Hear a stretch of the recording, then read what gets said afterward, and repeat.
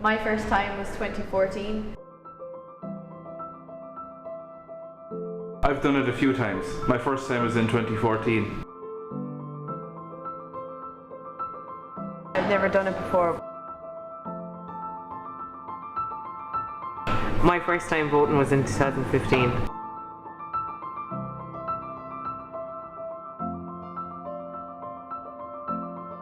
The vote. We all have one. It's our right as citizens of Ireland. On May 25th, we will vote on the 8th Amendment. As the independent body, the Referendum Commission states, it's a vote by the people on a proposed amendment to the Constitution. The current amendment recognises the right to life of the unborn, equating it with the mother's right to life. But before we look at this, we need to understand Ireland's historical relationship with voting. Ireland was unusual in the early modern period in that it had a parliamentary system. Most European countries didn't have a parliamentary system. So by the 18th century, Ireland has a parliament which meets regularly. Elections after the 1760s happen at 8-year intervals. So it has this system that isn't really replicated elsewhere in Europe, and that means it has a voting system as well. I think today we have the view that voting always took place the way we vote today. So we go into a booth, we vote in secret, nobody in theory, unless we tell them or take a picture of it, which we shouldn't, knows how we voted. Actually, the secret ballot is a fairly recent, in historical terms, and an extremely important aspect of the voting process. So up until the 19th century in Ireland and in Britain, the standard argument was that the secret ballot would not be an honest way to vote. And instead it was argued that the proper way to vote was to vote openly. So this is how one voted in the early modern period, in the 18th century, and through most of the 19th century. And what open voting ensured was that the landed elite retained control of the electoral process. So the parliamentary system existed, but it was, by modern standards certainly, extremely corrupt. From 1793 onwards, Catholics have the vote on the same basis, in theory at least, as Protestants. They must be property owners, they must be 40-shilling freeholders is the term that's used at the time. By the 1860s, there are prominent male and female figures in British politics arguing for the extension of the franchise to women. This becomes louder in the late 19th century as feminism develops, as women's rights in whole areas of social life become important. So in the aftermath of the First World War, what happens is that the franchise is extended to all men. And this is an extremely radical moment, and it reflects participation in the First World War, really, and the fact that the political establishment after the war cannot really decide that men who had fought in the war for their country could not now vote. So that the franchise is extended as a result. The suffragettes, as they're sometimes called, they effectively most of them suspend their campaign when war breaks out. And the war then transforms the role of women and attitudes towards women as well within the political elite, so that the ability of the political establishment to resist calls for female franchise really disappears by the end of the war, and the franchise is then extended to them. In 1973, the franchise was extended to 18-year-olds. It had been a 21-year-old starting point up to that. It wasn't a particularly fraught referendum. It certainly carried by a fairly good margin. There wasn't, I know I do remember it, which is kind of scary, but I don't think there was a huge amount of controversy about it. So it was probably one of the referenda that carried with the least debate. Ireland is most decidedly a Western democracy, and I suppose if it has anybody to thank for that, it is Britain, really, because it inherited its democracy from Britain.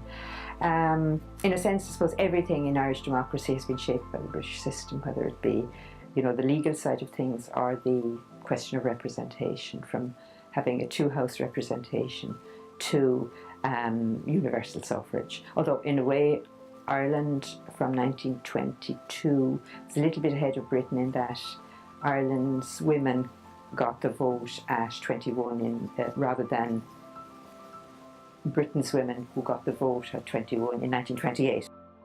The referendum, in theory, is certainly meant to be the most democratic form of decision-making, in that all voters have a voice. Opinions are changing among the population, and therefore more groups and more kind of, I suppose, mouthpieces are being heard. For the first time in a generation, Irish men and women will be asking to vote on the 8th Amendment. Both sides have actively been campaigning to win undecided voters. Well, I've been kind of campaigning for repeal for a few years now. When I was in 5th year, I helped out with the strike for repeal, and that was kind of my first time doing anything like this. And then I kind of took a break for 6th year. At the start of this year, I joined Limerick Feminist Network, and then they kind of were saying that there's going to be a group made up of people who want to organise events and do fundraising and organise canvassing for the repeal campaign. It hadn't been called together for Yes then at that stage, so that's why we came up with the name Repeal LK, but now we are called Limerick Together for Yes. We kind of do everything with regards to the pro-choice side of the referendum in Limerick. So we organise canvassing 3 nights a week. Every Monday there's a training session so you can be trained up to go canvassing, and everything that we make goes up to the head office in Dublin. So we're just a regional group of the overall umbrella of Together for Yes. Well, see, we have a core group. So there would be about 10 people who started it, and then recently we had an open meeting where we invited politicians from all different political parties, and then people like UL for Choice and LSAD and Rosa and the Solidarity Party. They all came to this open meeting, and we all decided to be under the umbrella group of Limerick Together for Yes. So I'm campaigning for a no vote in the current referendum because I believe what the government is proposing is one of the most extreme abortion regimes in the world. Our government is asking us to vote in an abortion culture where a child can have their life ended for any reason up until 12 weeks and up until 24 weeks on undefined health grounds, which we've seen in the UK has led to about 200,000 abortions every single year. So I'm voting no to the government's proposal. So the reason I'm voting no and I'm campaigning for a no vote is because I am pro-life, and I had one experience in particular when I was 15 years old that really confirmed my views for me and gave me, I guess, a passion for them. So my baby brother was miscarried at home, and I got to meet him, I got to hold him in the palm of my hand, and looking into his face and just looking at his incredible body. I mean, at 13 weeks he had arms and legs, and he had a face with eyes, ears, nose, mouth. He had fingernails, creases on his knuckles, all these things I actually wasn't even expecting to see, even though I would have already considered myself pro-life. So that experience really did confirm my view and made me want to speak up, I guess, for these children who don't have a voice, who are defenceless, and who are often targeted through abortion. I have been speaking to quite a few young people about the upcoming referendum, and there's different opinions for sure. I mean, there are students who are pro-life, there's students who are pro-choice, but there's an overwhelmingly large amount of students who are still unsure which way to vote. And I think it's really important that we do have these conversations, that we don't leave anything undiscussed, that everything really is, you know, it's discussed, it's talked about, and we don't have this spiral of silence that I have been noticing around abortion. So the main thing is just getting educated, and get educated from different sources. Just don't just watch RTE News and take that as fact, because sometimes it's not. Talk to people, talk to your local TDs, actually go to them, have a face-to-face conversation. They're not aliens behind closed doors, they're real people who actually do care. I think some people think that they don't really know what they're voting for, so they're so afraid of making the wrong choice that they don't make a choice in the first place. And I know a problem for students is they don't know whether they're going to be in college or at home, and then sometimes they show up on the day and then their address is wrong and then they can't vote. You know, there's a lot of things that inhibit people from voting. So I think it's really, really important for young people to vote in this referendum. This referendum will determine our future. For young people, I mean, if we look in England, they have abortion, they've had it for several years, and their figures have just been increasing. this issue affects every single person in this country. Every pregnant person, everyone who's ever known a pregnant person.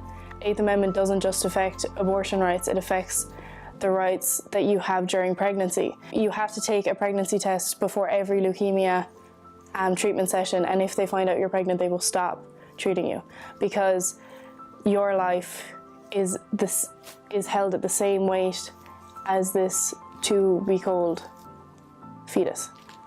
The National Youth Council conducted a poll last year which revealed that up to 150,000 young people still aren't registered to vote for the current referendum. Young people are being urged to register before the deadline on the 8th of May. It seems to be a constant battle to convince young people that their vote is worth something. So is there a big turnout when it comes to college elections? Annually we have our MISU elections where you have 2 sabbatical positions up for grabs.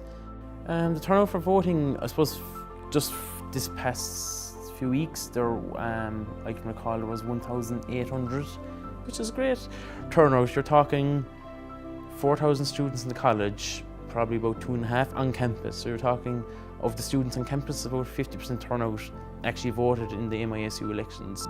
Obviously social media is the main thing to promote. That's what students look at these days the most.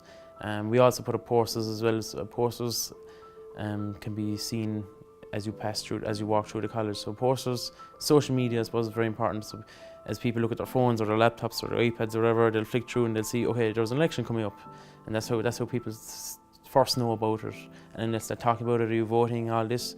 And I think that's probably the best way that Mary I can reach out to the students that there is a vote happening. Mary I Student Union stance in it anyway is we are going by our constitution, we are an apolitical organisation. So on political opinions, we stay out of it. Students make their own choice, but we've nothing to do with it. They're independent. If they're registered to vote, let them vote for what they want. They can be influenced by media or whatever, but the student union likes to stay out of that side of things. People that aren't registered to vote, we have registration voting forms as well in the student union, and again we go through social media to advertise that. So just for example, if there was a general election or like a referendum, like the upcoming referendum happening, and that people want to vote but aren't registered yet, we offer that facility down the student union. I really do hope that a lot of young people vote in this referendum. I think it's going to be very, very close, and young people could, I think, be the deciding factor in this referendum. So I think it's really important that everybody uses their democratic right to vote, and I would really encourage, if at all possible, for people to vote no. If you don't use your vote, if you don't look into this properly, if you don't realise that everyone knows someone who has been pregnant, and most of us know someone who've travelled as well, realistically, whether we know them or not.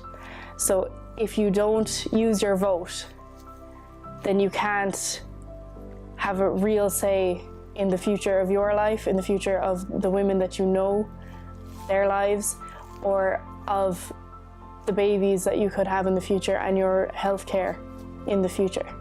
I suppose voting is an opportunity for the public to have their say. I suppose if there was no such thing as voting, no one would have a say, and I think at the end of the day, it's what the public want is what's best for whatever decision is being made. So that's what voting is when it comes to my mind anyway. My first time was 2014. I will be voting in the upcoming referendum. I've never done it before, but I will be voting in the upcoming referendum. I've done it a few times. My first time was in 2014, and I'll be voting in the upcoming referendum. My first time voting was in 2015, and I will be voting in the next referendum.